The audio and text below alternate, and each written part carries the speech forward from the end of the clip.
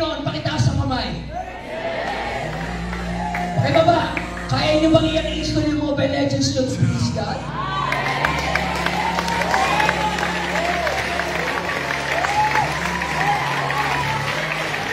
Madali tayong mag-carry away. Sinasabi natin, Lord, kahit anong mangyari, Lord, paglilingkuran kita. Kahit ano ibibigay ko, kahit ano isusuko ko, i-install mo yung Mobile Legends mo. Patunayan mo that you can please God.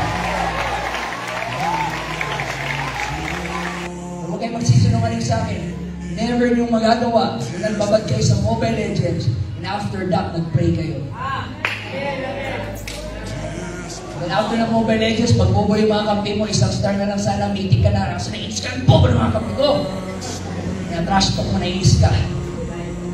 You have no time for prayer life. Ano, pag-pray mo yung si Alucard?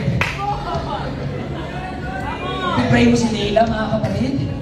Eh, alam niyo yan, sometimes, kahit nasa church ka, pag nag-pray ka, ang naiisip mo yung item, ano ba yung tamang item na buhay? The games itself are not evil. The addiction is evil. The addiction is going to destroy your life.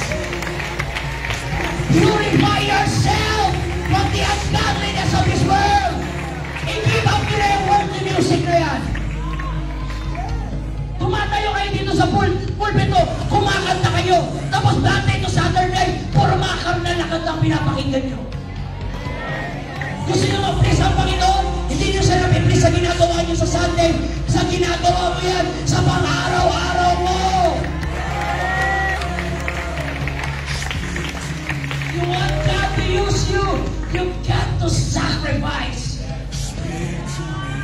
Sa una lang naman yan, mahirap eh. Akala mo lang hindi mo yan kaya eh. Pero ang kapalit niyan, kung ipapalit mo ang Netflix at ang games mo, ng prayer at ng devotion, may experience mo ang peace of mind, joy of the Holy Ghost. I feel the Holy Ghost right now. Marami yata na Mobile Legends.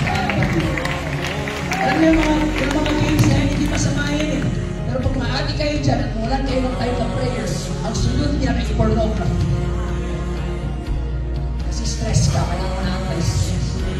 And that pornography is gonna destroy your life, going to destroy your ministry, it's going to destroy paano mo i-respeto ang babae, it's going to destroy the image of God, mga kapatid, in your life.